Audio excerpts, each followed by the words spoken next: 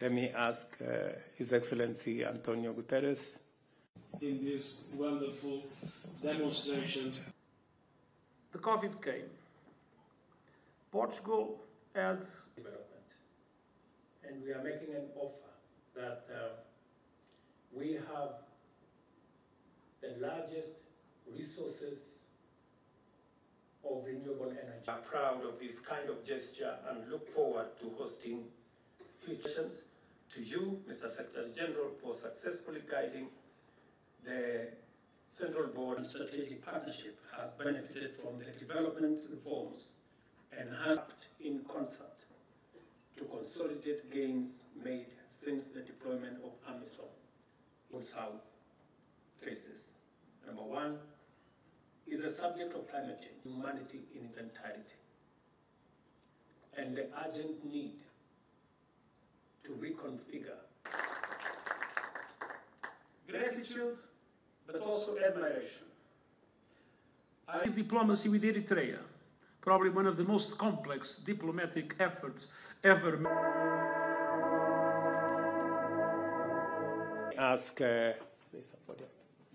Let me ask His Excellency Antonio Guterres.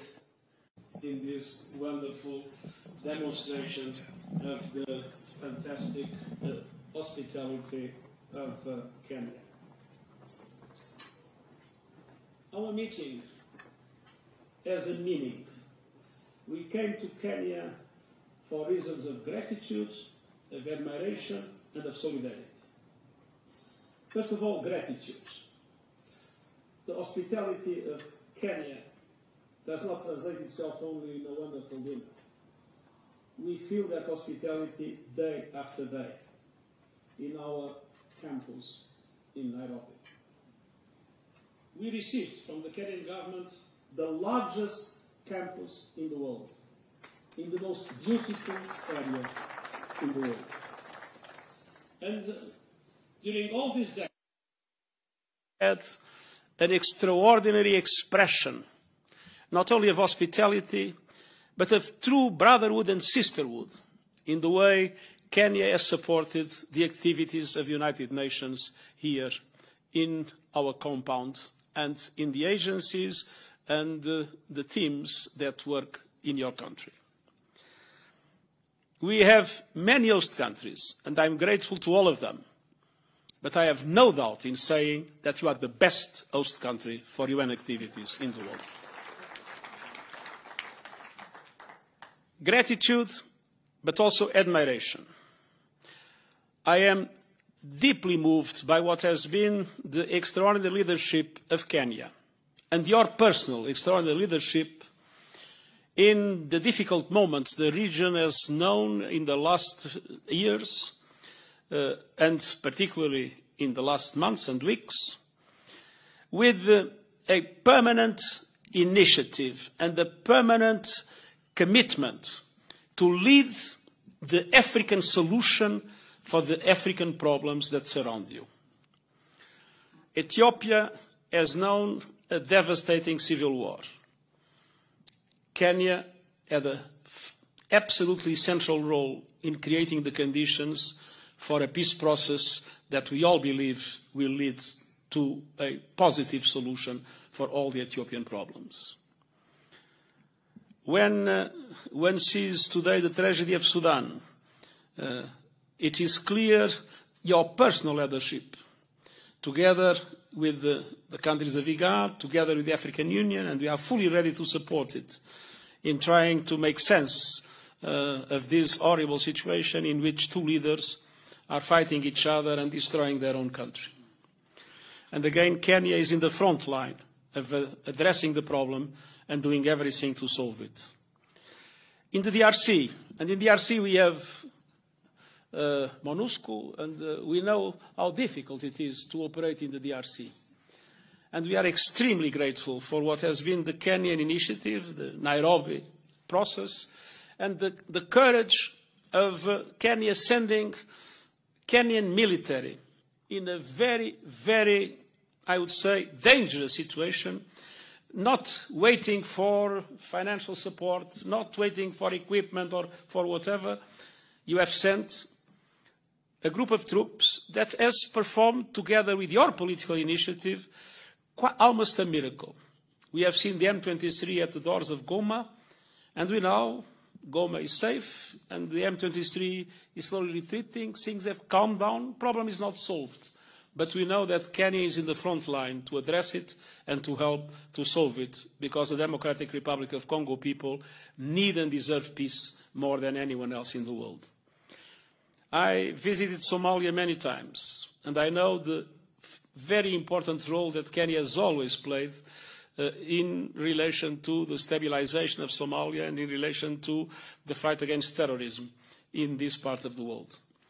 And I could go on and on with South Sudan, with your active diplomacy with Eritrea, probably one of the most complex diplomatic efforts ever made by an African head of state. And indeed, I have to say that what Kenya is doing and what you are doing is a remarkable example of how we are able in the world to solve problems, to bring peace, and to address the dramatic conflicts that we all face and are having such negative consequences in relation to the stability and the economy of the whole world. Gratitude, admiration, but also solidarity.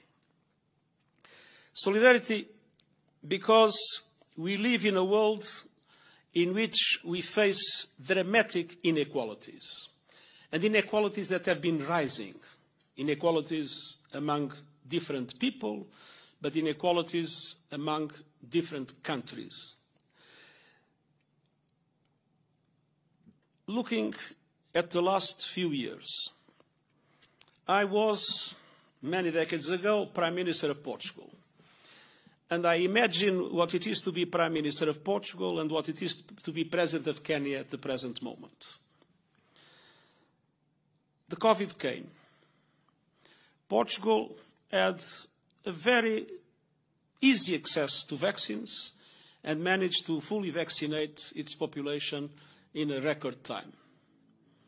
African countries had an enormous difficulty to have access to vaccines, and even when African countries gathered the money needed to buy them, they were not available in the market. Economies are not doing enough, and we have proposed the Climate Solidarity Pact, in which both would assume more ambitious targets, and at the same time developed countries would be able to provide the forms of financial and technological support for emerging economies to be able to accelerate their own transition into renewables and other forms of the green economy. And on the other hand, the climate change is there, and you witnessed that with the drought that you faced. And so, as you mentioned, adaptation, loss and damage, all these are crucial aspects in relation to which we have not yet found adequate answers. Adaptation is still not getting 50% of climate finance, and the loss and damage, let's keep our fingers crossed to make sure that it becomes a reality before the next COP in the Emirates. So we, as you mentioned, we, as United Nations, we have not the power, a secretariat and agencies, and we have not the resources to change these things. But one thing you can be absolutely sure, we will be at your side. We will be together with the Global South, fighting for a world that is more based on justice, on fairness, a world where all women and men can have access to the same opportunities. It will not be immediate, but one thing needs to be done immediately.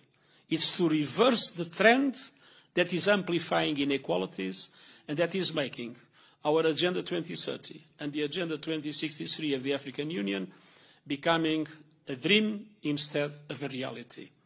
We still are on time to start reversing this trend, but that needs a lot of courage, and that needs those that today have the power to understand that it is better to share their power and the resources than to face a world that will be condemned to climate havoc and to more instability, more conflict, more wars, which means that nobody will benefit from it. You can count on our solidarity because it's the right thing to do and because we are all citizens of the world and sons and daughters of the same God. Thank you very much.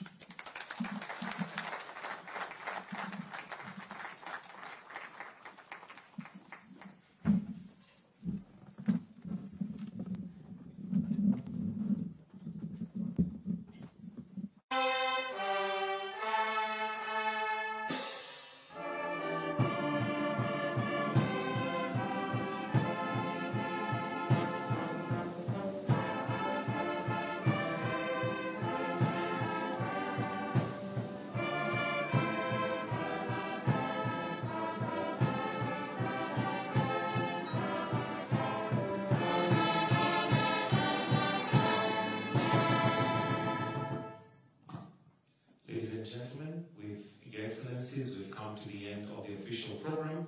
So at this point, you're welcome to retreat at your own pleasure, but I'll request that you remain